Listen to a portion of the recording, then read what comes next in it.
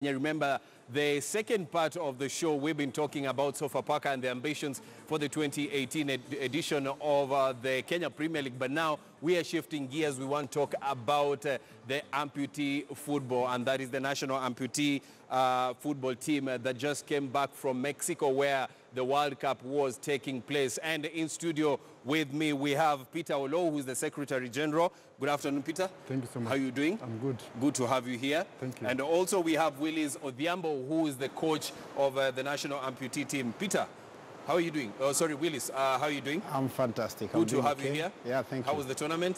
Wonderful, wonderful. Wonderful. Yeah.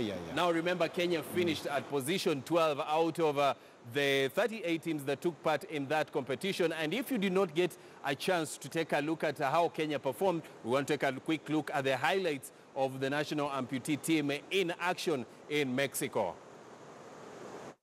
De ambas selecciones, ahí están entrando a la cancha ya. Estamos viendo entrar a los equipos, las selecciones de Estados Unidos y las de Kenia. Travis Oliva de Estados Unidos, la pelota al frente, balón que viene a buscar el capitán, número 10, Nicola Calabria. Sigue Nicola, Calabria sigue, se llevó uno, solo, tiro. ¡Gol!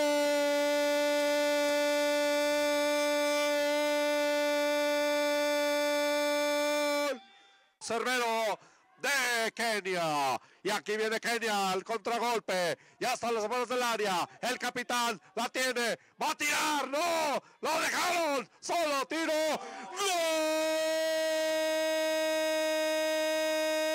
¡Gol! ¡De Kenia! ¡Gol!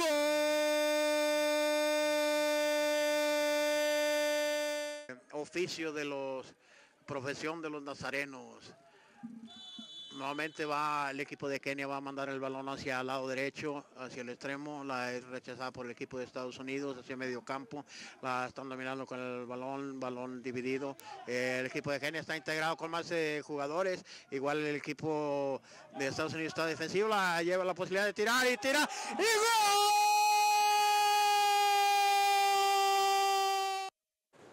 Some of the highlights from the Amputee World Cup, where Kenya took part and finished on position 12. Remember, that's what we are talking about on this part of Scoreline. In studio with me is the Secretary General of the Amputee football, that is Peter Olo, and the coach of the Amputee football team, that is Willis Odhiambo. And of course, I would like to know first from Willis, how was the tournament?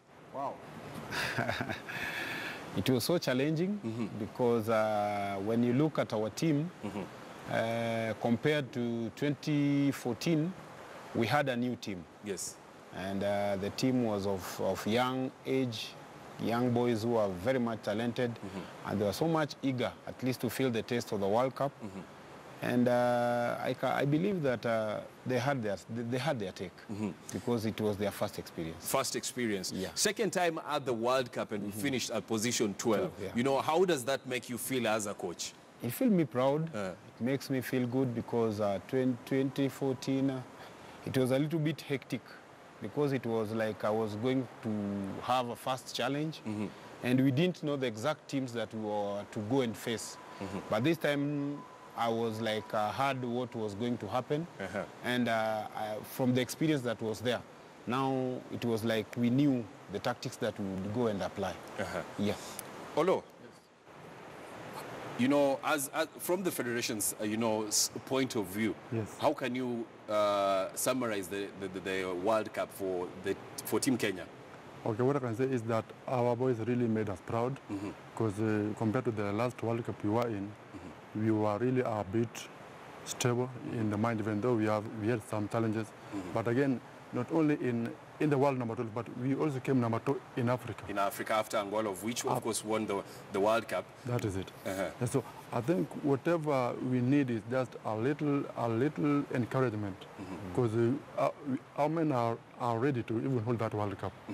I hope next time, if all things are done like the way we talked yesterday, then everything will be okay for the Kenya Amputee football team. Everything. In fact, we'll be having that World Cup every year round. Yes. Of course, something that has been making the headlines, you know, for a big, for the last 2-3 weeks, has been, you know, the National Amputee football team playing without the national team jersey, but playing with the Team Sonko jersey. You know, what do you have to say about that? Okay, I can say this, it was just a coincidence, because, you know, normally, ordinarily, if you go to play, you have to have 2 sets of uniform. Yes. We had one for the Cusco, and we had one for Sonko. So our first match we had for the Nakada, for the Cusco uniform, the first match. Yes. So the second match, the one which we used was to be taken to the laundry. Was taken to the laundry. So we had to use the yellow one. But fortunately enough, we won with the Team Sonko jersey. Yes. So that was the plight of everybody. So again, we did not intend maybe to blaspheme maybe the government by not giving us anything. But I told them that we had uniforms. So it was their turn to ask me, which uniform do you have? Because I told them we have uniform. So it was them to ask which uniform do you have, because this is the national team. Yes. This is the work of the government. Yes. Yes. The principal secretary in the Ministry of Sports, that is Ambassador Kaberia, was asked by the Parliamentary Select Committee about why you had to use the Team Sonko jersey, and he said that, you know, you told him you have jerseys that you are going to use at the tournament, but he didn't know that they were Team Sonko.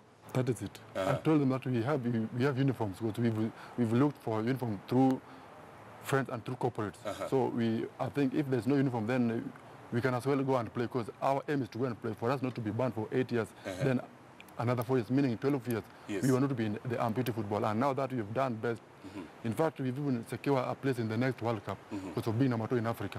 Because normally they like have 14 from Africa. Yeah. So the second 2 slots will be for the other guys to go for. But Kenya and Angola are in the next World Cup automatically. Kenya and Angola in the next World Cup automatically. Willis, do you feel that you are appreciated enough here in the country?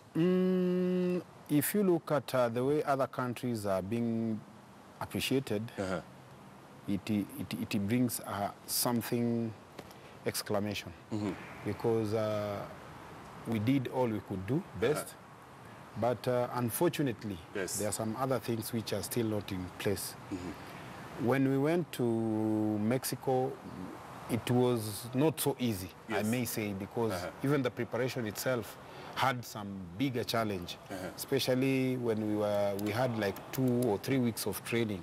We were training in Parkland Sports, and you could see we didn't have the right materials for training. And I believe if I look at how we were playing with other teams, the other teams from the other side, those teams are well kitted. Yes. From the crutches, from the materials, and then soccer boots, uniform, the training, every gear that they would need for training were there.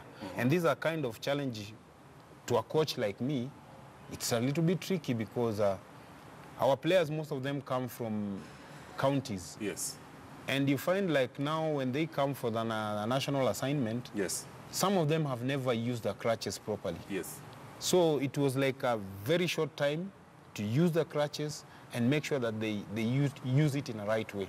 But it wasn't so much challenging because what made us not to perform well was, I would say, a little bit of experience, because the morale was high. The morale was high.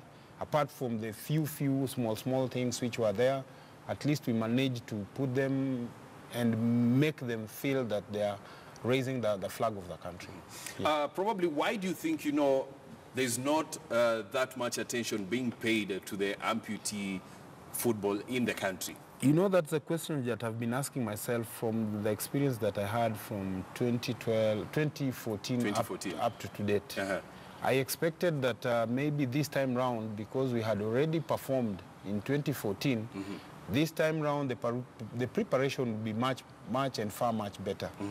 But I believe through what our Secretary General is saying, they had already prepared the budget early enough. Yes. But with the kind of situation that we have in our country, things are going slow, and in the end of the day, it's like a rush.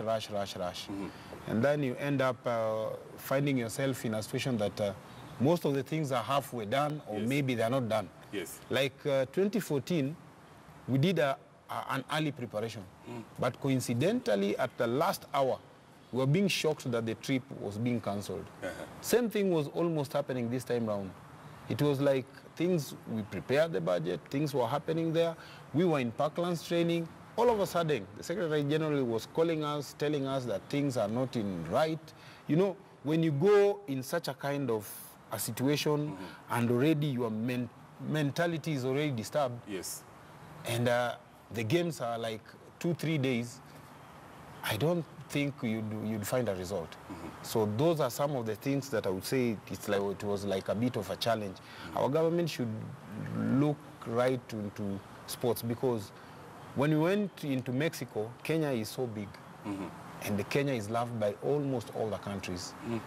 Everyone was with Kenya, Kenya, Kenya, Kenya team, Kenya team. They were like singing in the bus, singing to every place that we go. When we were in training there, guys were following us up. But as we had to squeeze ourselves, because we wanted to show, we didn't want to show the inner side of us. Yes. The things which were missing and what have you. But we had to prove that we are so talented, and we are eager to prove that Kenya is a champion amongst the countries of the world. Of course, although people will want to know, you know, had you submitted the budget in good time? Yeah. You know, I think we got the invitation, it was like late December last year. I presented the budget to the ministry by 14th of March. Yes. It was almost 7 months down the line. Yes. 14th of March. 14th of March. Yes, and our trip was to be 23rd of November. Almost 6-7 months down the line. That is it. In fact, before even they read the budget. Yeah, so we knew that this time around we started early enough so that we should not repeat whatever happened in 2014. In 2014. Everything was going well until we were told that, oh, the budget is big, let's reduce it to 6.6 million the last minute. And the very last minute, I think it was like 1 week too. They told us that the government doesn't have money. And we know that it was when the fiscal year was starting. Yes. The government year was starting that very moment, by that October. So I was like, even if there's nothing, we are going to be banned. You should have told us early enough, because we need to withdraw 45 days prior to the games. So it is now 1 week, we cannot withdraw. If we withdraw from the withdraw games. from the game right now, then we are doomed. 4 years, then another 4 years, then after 4 years, then we'll have to wait for another 4 years for the World Cup, which is 12 good years. You won't be there. So many of these people, their life will be like doomed. And as well, those who are playing in Turkey, their life will be like doomed. So we love to go, because we cannot afford to miss to go, because this is the World Cup. This is not friendly, under which it comes once every 4 years. So I think it should be given the weight it deserves. And again, if there's nothing, because they were saying there's nothing, there's nothing, there's nothing. I was sent like almost 3 times. Go away, there's nothing. You were sent away. Yes, go away, there's nothing. How what picture does it paint when you have, to camp at the ministry for them to, take it seriously that you have to go to the World Cup and then send you to the World Cup? What picture does that paint? It gives a very bad picture. Because to me, I was like, they don't want this people with disability in sports to grow. They don't want the sports for the people with disability. Because if you find that maybe if it were to be for maybe the other guys, maybe the so-called able in quotes, which maybe you don't know if they are all able, then it would have been very fast, But here is a case whereby they should look at these things in order of priority. What are these people going to do? Are they going for friendly? Are they going to just showcase whatever they're going? Are they going for the world champion? Are they going for the African champions? For it, because out there people regard Kenya very highly in terms of sports, not necessarily athletics, but every sport. If they hear Kenya is there, then they're like, hey, we are going to be beaten. So it is very much important that we change our mind, our perception towards sports for people with disability. The moment we are denied a chance, then our dreams are doomed. How can we develop the talents if we are saying every now and again that we want to develop the talent? These are the talents which are there, which we've nurtured ourselves. So for them to help us just streamline 1 or 2 things, then everything will be good. They are demoralizing us, so it was very bad. In fact, most